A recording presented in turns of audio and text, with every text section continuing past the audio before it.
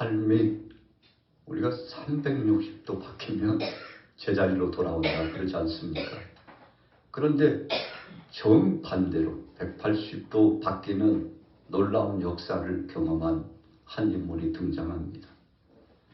그 이름이 누굽니까? 그 이름이 누구죠? 바로 사울입니다. 우리가 구약의 사울이 있고 신약의 사울이 있는데 구약의 사울이 이스라엘 나라의 초대 왕으로 부름을 받아가지고 사무엘 선지자를 통해서 기름 부음을 받고 정말 나라를 위해서 큰 일을 한번 해보는 일꾼 되기 위해서 하나님 앞에 부름받았죠.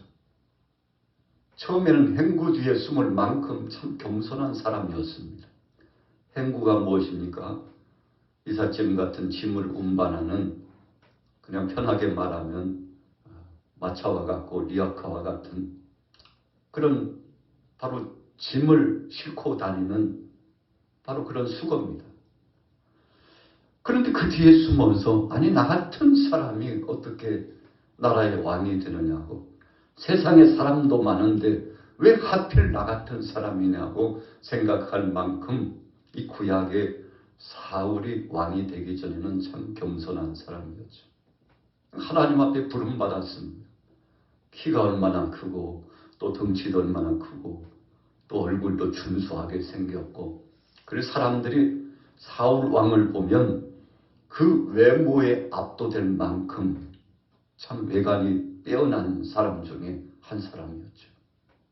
그런데 그가 처음에는 겸손하게 하나님 중심으로 하나님 영광으로 그렇게 신실한 믿음으로 왕정을 진행했었는데 나중에는 교만해져 가지고 하나님의 말씀을 거역하고, 그리고 사무엘 이 제사장의 이 말씀도 순종하지 않고 그냥 자기 마음대로 자기 뜻대로 불순종해 가지고 결국은 하나님께서 이 사울 왕을 버리시게 되지 않았습니까? 여러분, 시대의 인물은 사람들이 뽑는 것 같지만, 사람들이 세우는 것 같지만 하나님께서 정하는 것입니다. 그래서 우리 사랑하는 자녀들과 또 손주들과 우리의 인척들이 우리 공동체 안에 정말 중요한 인물들이 이렇게 세워지기를 원할 때 가장 중요한 것은 하나님이 바로 그 사람을 어떻게 생각하느냐가 매우 중요합니다. 하나님께서 선택하시고 하나님께서 부르시는 자가 되느냐, 아니면 하나님께서 전혀 관심이 없는 자가 되느냐라고 하는 이 양갈래의 과정 가운데서 결정이 난다는 것을 우리가 생각해 볼 수 있는 것이죠. 우리 같이 따라해 보겠습니다. 하나님 마음에 합한 자가 되어야 합니다. 여러분, 그런데 이 사울을 내리시고 하나님께서 다윗을 세울 때 어땠습니까? 다윗은 목동 출신이었습니다. 형제 가운데 8명의 형제가 있는데 식구도 많잖아요. 그런데 이 8형제 가운데 다윗이 막내였습니다.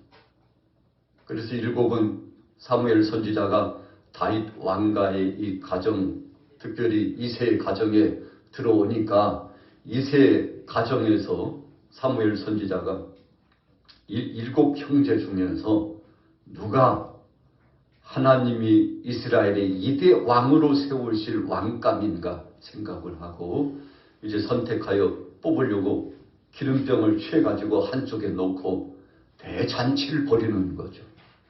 여러분, 왕의 후보감을 뽑는 것이니까 얼마나 성대한 행사입니까? 그러나 사울 왕이 이것을 알게 되면 사무엘 선지자도 죽이고 이세 가정도 멸족을 시킬 일을 당하기 때문에 하나님께서 사무엘 선지자에게 은밀하게, 아무도 모르게 은밀하게 이세 가정에 가가지고 앞으로 왕이 될 사람을 선택하라고 해서 사무엘 선지자가 흥분을 감추지 못하고, 하나님 왕이 아직 있는데 후보를 세운다는 것은 큰일 일 아니냐고, 걱정하지 말라고, 내가 사울을 이미 버렸다고 하나님께서 이제 새로운 왕을 뽑고자 이세 가정에 갔는데 7 형제가 다 불합격이에요. 여러분, 성경에 보세요. 그 인물이며 또 그 목소리며 외관으로 볼 때는 다 왕감이에요. 사무엘 선지자가 첫째 아들이 지나갈 때 아이고 하나님 더 볼 필요도 없습니다. 저가 바로 이스라엘의 제2대 왕감입니다. 아이고 저렇게 준수하게 생기고 잘났고 저 정도는 돼야 왕이 된다고 하죠. 그냥 마칠 보고는요. 사무엘 선지자가 마음이 통해가지고 기름불을 취해가지고 기름을 부으려고 하는데 하나님께서 사무엘아 아니라니까. 착각도 자유지 내가 원치 않는다니까. 여러분 하나님께서 기뻐하시지 않았어요. 그래서 사무엘 선지자가 정신을 차리고 보니까 아이고 큰일 났다. 내가 마음의 중심을 봐야 되는데 겉을 보고서 잘못 판단했구나. 둘째를 지나가게 합니다. 그런데도 하나님께서 주님 어떻게 생각하십니까? 아이고 아니다 야. 셋째가 지나가는데도 하나님 아니라고 말씀하시고 마지막 7째까지 사무엘 선지자 앞을 지나갔는데요. 참 외관으로 보고 그 풍채며 저 옷맵시며 대단했죠. 여러분 사무엘 선지자가 오신다고 하니 얼마나 갖추고 입었겠습니까? 그런데 7 형제다 불합격이 됐는데 이새도 당황하고 사무엘 선지자도 당황이 됐습니다. 아니 도대체 이렇게 멋지고 잘난 인물들 빼면 세상에 누가 이스라엘의 이대 왕감이라는 말인가 하고 의아하게 생각해가지고 적지 않게 당황하고 있는데 하나님께서 정하신 자가 있다는 것이죠. 그래서 사무엘 선지자가 이새에게 여보시게 아니 당신 자녀들 혹시 이 자녀 말고 또 있나? 얼마나 놀랐겠습니까? 얼마나 당황스럽겠습니까? 그랬더니 이새가 마지못해 있기는 하나가 있는데 그놈 참 막내둥이고 천방지축이고 지금 들에 나가서 양을 치고 있고 소떼를 치고 있고 짐승을 치고 있는데 보나마나 그래서 그 아들은 여기 참여시키지 않고요. 제가 양이나 치라고 그랬습니다. 그랬더니 사무엘 선지자가 이새에게 무슨 소리냐고 모든 자녀들을 다 집합시켜가지고 하나님께서 뜻하신 자가 있고 정하실 자가 있으니 열애 없이 모든 자녀가 다 나와서 하나님의 뜻을 받아야 된다고 내가 그러지 않았느냐고 깜짝 놀래가지고 멀리 들어있는 다윗이 올 때까지 여러분 그것도 어리기 어린 코올리게 같은 소년 다윗 그가 오기까지 자치상을 받지 않겠다고 하고 더 이상 일을 진행하지 않겠다고 하니까 이새가 깜짝 놀래가지고 사람을 보내가지고 다윗이 마침내 오게 되지 않았습니까? 여러분 우리가 하나님께서 그 7 형제를 하나님이 제외시키고 8번째 막내 참 보잘것없고요. 인물도 별로고요. 키도 그렇고요. 여러분 참 다윗을 선택하여 세운다는 것에는 좀 부정적인 시각이 많을 법한 그런 인물인데 그런데 하나님이 겉을 보지 아니하시고 마음의 중심을 보셨어. 우리 따라해 보겠습니다. 하나님은 마음의 중심을 보십니다. 여러분 그래서 하나님이 다윗의 중심을 보셨어요. 사도행전의 말씀해 보세요. 이새의 아들 다윗을 만나니 내 마음에 합한 자다. 내가 저를 통해서 내 뜻을 다 이루리라. 여러분 하나님께서 감동하셔가지고 다윗의 무엇에 감동하셨습니까? 다윗의 그 충실하고 선대하여 하나님의 뜻을 쫓아 나가는 이 아름다운 마음씨. 들녘에서 양을 치다가 맹수떼들이 나타나면요 여느 사람 같으면 그냥 양떼 버리고 도망갑니다. 왜요? 내 목숨을 부지해야 되기 때문에. 아니 양떼 소떼가 다 뭐야? 지금 내가 죽게 생겼는데. 사자가 등장하고 곰이 등장하면 양떼 소떼 다 버리고 도망가는 것이 일반적인 상식이에요. 그런데 나라 안에 블레셋의 대장 골리앗이 쳐들어와 가지고 사울왕이 욕보임을 당하고요. 자신의 형제들도 그 블레셋의 골리앗 앞에서요 등욕을 당하고 그 골리앗 앞에 나설 자가 없어요. 그런데 사울 앞에 다윗이 저를 보내달라고. 야 소년 다윗, 네가 뭘 할 줄 안다고 네가 가느냐라고. 여러분 형제들도 만류하죠. 너 아버지 곁에서 아버지 심부름이나 하고 있지 왜 이따 이런 것은 가지고 와가지고 망신, 지방 망신도 이런 것은 없다고 아예 시작도 하지 말라고 형제들이 만류하고 사울왕도 만류하는데, 그때 다윗이 뭐라고 고백합니까? 왕이여, 여러분들 제가 들녘에서 양을 칠 때 사자나 곰이 나타나가지고 아버지께서 맡기신 양떼를 늑탈해 가려고 하면 제가 처음에는 물매를 던져가지고 저들을 쫓았는데, 그래도 달려와서 양떼와 속떼를 늑탈해 가려고 하면 내가 맨손으로 나가서 사자와 싸우고 곰하고 싸워가지고 사자의 입을 찢고 곰의 입을 찢고 그래서 양떼와 소떼를 지켰다고. 그러니까요, 사울왕과 이 형제들이 정모사시 그냥 느는 것은 거짓말밖에 안 늘었다고. 여러분 얼마나 그 다윗 그 초라한 그 소년이 그렇게 했다고 그러니까 믿어지겠습니까? 그런데 한마디 첨부된 말씀이 있었어요. 하나님이 나와 함께하여 주셨어. 할렐루야. 자기 힘으로 했다고 말하지 않고 왕이여 여호와께서 함께하여 주셔서 내게 힘과 능력을 주시고 내게 용기를 주셔서 내 양떼를 보존하도록 하나님이 함께해 주셔서 맹수떼들도 제압하고 내 양을 지켰는데, 오늘 여호와 이름을 망령히 일컬고 왕을 능멸하고 우리 이스라엘 백성 여호와 하나님을 섬기는 이 백성을 능멸하는 저 골리앗 그냥 내버려 두면 되겠습니까? 저 골리앗이 사자보다 능하겠습니까? 곰보다도 능하겠습니까? 저를 보내주세요. 여호와 하나님께서 나와 함께 하실 것이라. 여러분 그래서 사울 왕이 감동해가지고 야, 그 네가 나보다 낫구나. 우리는 두려워가지고 떨고만 있었지 누구 한 사람 나가서 싸워보지도 못하고 그냥 명령 받고 나가서 싸우다가 그냥 10m, 20m로 던짐을 당하고 저 거인 골리앗 앞에 제압하지 못하고 꼼짝 못하고 두려워하는데, 그래 그럼 네가 여호와 하나님을 믿는다고 하니 한번 나가보라고. 그래서 사울왕이 너무 걱정이 돼가지고 그냥 가지 말고 이거 입고 가. 갑옷을 주어도 그것이 몸에 맞지 않아가지고 왕이여, 저는 이것이 내 몸에 맞지 않아서 필요 없습니다. 예전에 그랬던 것처럼 저에게 필요한 것은 이 물매와 돌멩이 몇 개, 그리고 여호와 하나님께서 나와 함께 하신다는 이 믿음만 가지고 가면 됩니다고요. 갑옷을 훌훌 벗어놓고요. 전장에 나가서 골리앗 앞에서 골리앗이 보고 얼마나 기가 막혔겠습니까?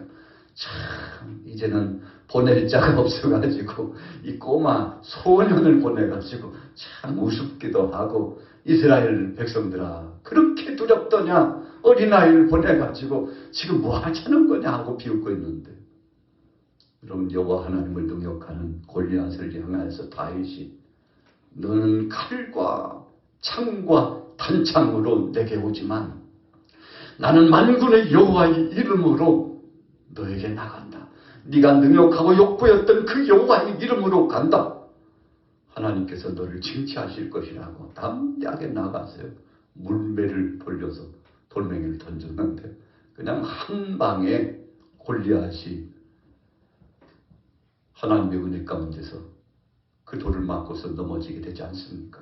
여러분 다윗이 쓰러져 있는 골리앗을 향하여 가가지고 그의 칼을 빼가지고 그 현장에서 골리앗의 목을 베고 그 무수한 사람들 앞에서 용맹을 떨쳤는데, 여러분 다윗의 고백처럼 우리 같이 따라해보고 있습니다. 하나님께서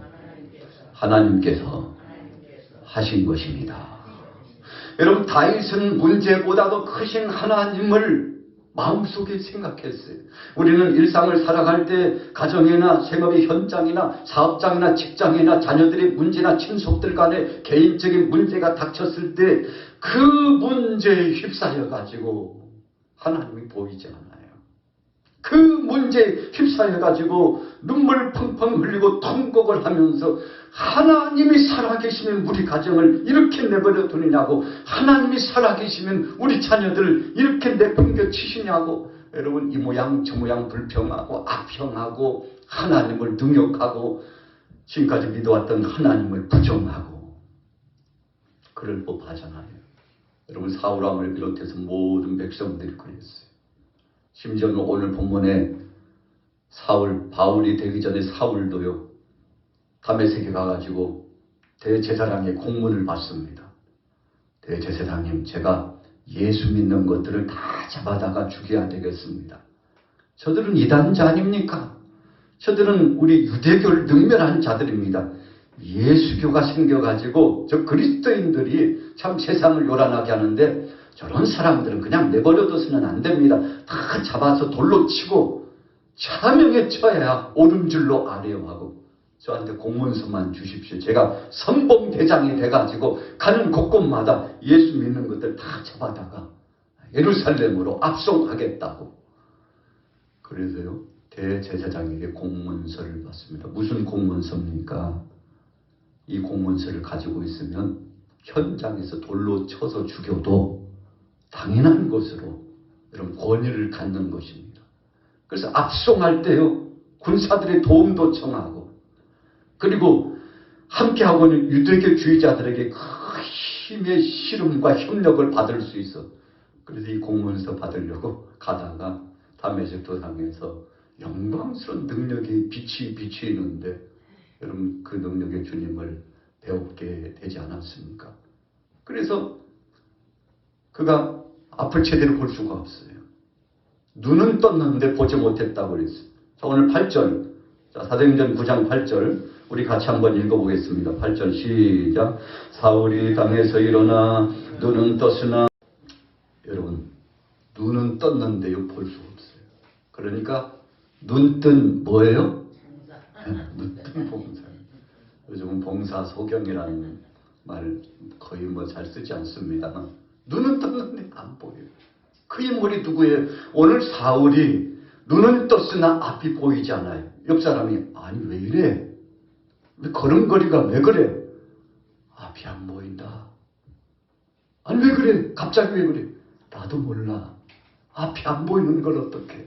여러분 눈뜬 봉사가 돼가지고 어쩔 줄 모르고 당황하고 있는데, 그때 함께한 사람들이 이끌어가지고 오늘 본문의 말씀에 보십시오. 11절에 보니까 11절 같이 읽습니다. 시작. 주께서 이르시되 일어나 집가라 하는 거리로 가서 유다의 집에서 5 사울이라 하는 사람을 찾으라. 그가 기도하는 중이니라.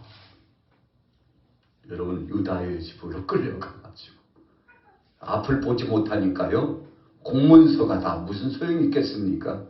영광스러운 능력의 주님, 그 빛의 영광의 주님을 배웠는데 당신이 누구냐 그러니까 네가 핍박하는 예수다. 네가 예수 믿는 사람들, 나 믿는 사람들, 하나님을 영접하는 사람들을 잡아다가 죽이려고 네 손에는 공문서가 있는데 네가 나를 핍박하는구나. 왜 나를 핍박해야 하고, 사랑의 예수님께서 직접 임재해가지고 저를 징치하시니 앞이 보이지 않아요. 여러분 앞이 보이지 않으니까 아무것도 할 수 없어요. 여러분 그래서 우리가 눈 뜨고 걸어 다닐 수 있다는 것이 얼마나 행복한지, 여기저기 갈 수 있다는 것이 얼마나 행복한지, 오늘 저와 여러분들이 함께 만날 수 있다는 사실이 얼마나 행복한지, 여러분 사울은 볼 수가 없어요. 음식도 먹을 수 없어요. 식음을 전폐하고 금식하면서 사흘 동안 하나님 앞에 기도하는데, 그때 예수님께서 아나니아라고 하는 제자를 급하해가지고 야 너 그러고 있지 말고 빨리 유다라고 하는 사람 집에 가봐. 거기에 지금 사흘째 기도하고 금식하면서 기도하는 내가 특별히 부른 종 하나가 있다. 누군데요? 사울이다. 아니 예수님, 그 유명한 그 못된 사람, 우리 예수 믿는 사람들 핍박하고 잡아다가 죽이고 사울 현장에서 돌로 치라고 명령을 내렸던 그 사울이라고. 그 사울 맞습니까? 맞다니까. 아니 그 놈을 왜 주님이 부르셨나요? 내가 그를 앞으로 이방인의 사도 되게 이방인들에게 나가서 복음 전하도록 하려고 내가 저를 특별히 부른 제자니라. 그러니 가서 그에게 안수해가지고 눈을 열어줘. 내가 이미 환상 중에 기도하는 그 사울에게 응답을 이미 줬어. 그러니까 너는 그냥 가서 하기만 하면 돼. 여러분, 예수님께서 이렇게 철저한 분입니다. 오늘 본문에 보세요. 사랑의 예수님께서 사울에게 먼저 응답하시고 아나니아 선지자 주의 제자를 불러가지고 그로 하여금 사울에게 가서 머리에 안수하고 이제부터 예수님께서 너를 택했다고 하신다. 너를 그냥 다메섹도 향해서 그냥 부르신 분이 아니야. 네가 핍박하던 예수를 위해서 선대하고 충성하고 헌신하고 복음 전하라고 그렇게 하라고 너를 부르셨단다. 여러분, 이 귀한 말씀을 다 전하고 안수하니까 눈이 열려지고 눈에서 뭐가 떨어졌어요? 비늘 같은 것이. 자, 오늘 성경 한번 읽어보도록 하겠습니다. 17절 18절 같이 읽습니다. 시작. 아나니아가 떠나 그 집에 들어가서 그에게 안수하여 이르되 형제 사울아 주곧 네가 오는 길에서 나타나셨던 예수께서 나를 보내어 너로 다시 보게 하시고 성령으로 충만하게 하신다 하니 즉시 사울의 눈에서 비늘 같은 것이 벗어져 다시 보게 된지라. 일어나 세례를 받고 음식을 먹으며 강건하여 지니라. 여러분, 음식도 먹고요, 힘도 없고요, 눈도 활짝 열려져 가지고 사울의 인생에 있어서 새로운 전환점이 된 겁니다. 서론에 말씀드렸잖아요. 360도 변하면 제자리라고.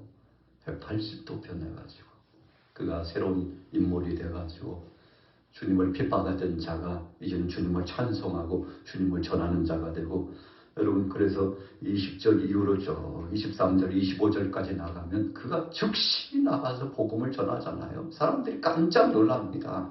아니, 예수 믿는 사람을 잡아다가 능욕하고 예루살렘으로 압송했던 당신이 오히려 그 예수가 그리스도라고 전하니 세상에 이런 일이 어디 있느냐고. 그래서 유대교주의자들이 저놈 사울을 잡으라고 살인자들을 급파해가지고 사울 죽이라고.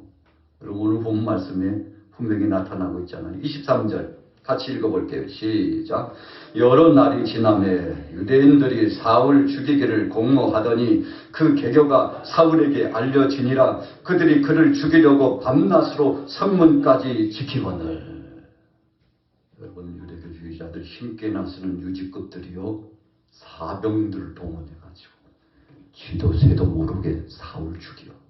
요즘 듣자 하니까 예수교 폐단거리들과 한패가 돼가지고 뭐 예수가 그리스도라고 전한다고 소문이 자자해. 그냥 내버려두면 큰일 난다. 그놈 죽이라. 여러분, 이제는 핍박했던 자가 복음을 전하는 자가 됐는데 사울 죽이려고 혈안이 되어 있습니다. 여러분, 그런데 이 사명을 감당하기까지 수십 년 동안 끊임없이 추적조를 보내가지고 사울을 죽이려고 했는데 못 죽였어요. 누가 지켰게요? 하나님이 보호하세요. 여러분, 그래서 사람의 생명은 우리가 정말 오래 살고 싶고 건강하고 싶고 이것저것 하고 싶다고 해서 하는 것이 아니라 하나님이 그 생명을 지켜주셔야. 여러분, 참 인생 허무합니다. 나이와는 상관없이 하나님이 오늘 부르시면 그 인생이 그 삶의 무대를 내려놓고 하나님 앞에 갈 수밖에 없어요. 그러나 인생 다 된 것 같은데도 20년 40년 하나님이 건강을 주시고 힘을 주시면 나가서 복음을 증거하고 정말 선한 사역을 감당하다가 하나님 앞에 부름받는 사람, 어떤 사람은 90이 넘고 100세가 넘어도 여전히 건장함을 유지하는 사람들이 있는데 생명은 하나님께 있는 줄로 믿습니다. 여러분, 사울 죽이려고요 얼마나 많은 사람들이 몰려왔는데 그러나 죽이지 못해요. 하나님이 꽉 천사를 급파해가지고 사울을 보호하시는데 오늘 저와 여러분들도 마찬가지입니다. 주님 영광을 위하여. 그래서 사명자는 죽지 않는다 그러지 않습니까? 하나님이 부르시는 것은 사명을 다했기 때문에 부르신 거지. 그래서 우리는 믿음 안에서 그런 신실한 표현을 하는 거죠. 아이, 걱정하지 마. 아직 사명이 있으면 하나님이 살리실 거고, 사명 없으면 하나님이 부르셔서 좀 이제 쉬라고 천국으로 부르실 거니까 걱정하지 마. 죽고 사는 것은 사람에게 달리는 것이 아니고 하나님께 달려있다니까. 여러분, 이 당당한 이런 믿음 오늘 저와 여러분들이 갖기를 축복합니다. 그래서 하나님이 주신 건강, 하나님이 주신 물질, 하나님이 주신 지혜, 이 총명함, 이 모든 것을 주를 위하여, 오늘 사울처럼 주를 위하여 선대하고 쓸 줄 알면 하나님이 일거수일투족을 책임져 주실 텐데 사울이 거듭났습니다. 오늘 여러분들도 이런 영적 체험을 하시기를 예수님의 이름으로 축복합니다. 주님이 책임져 주실 줄로 믿습니다.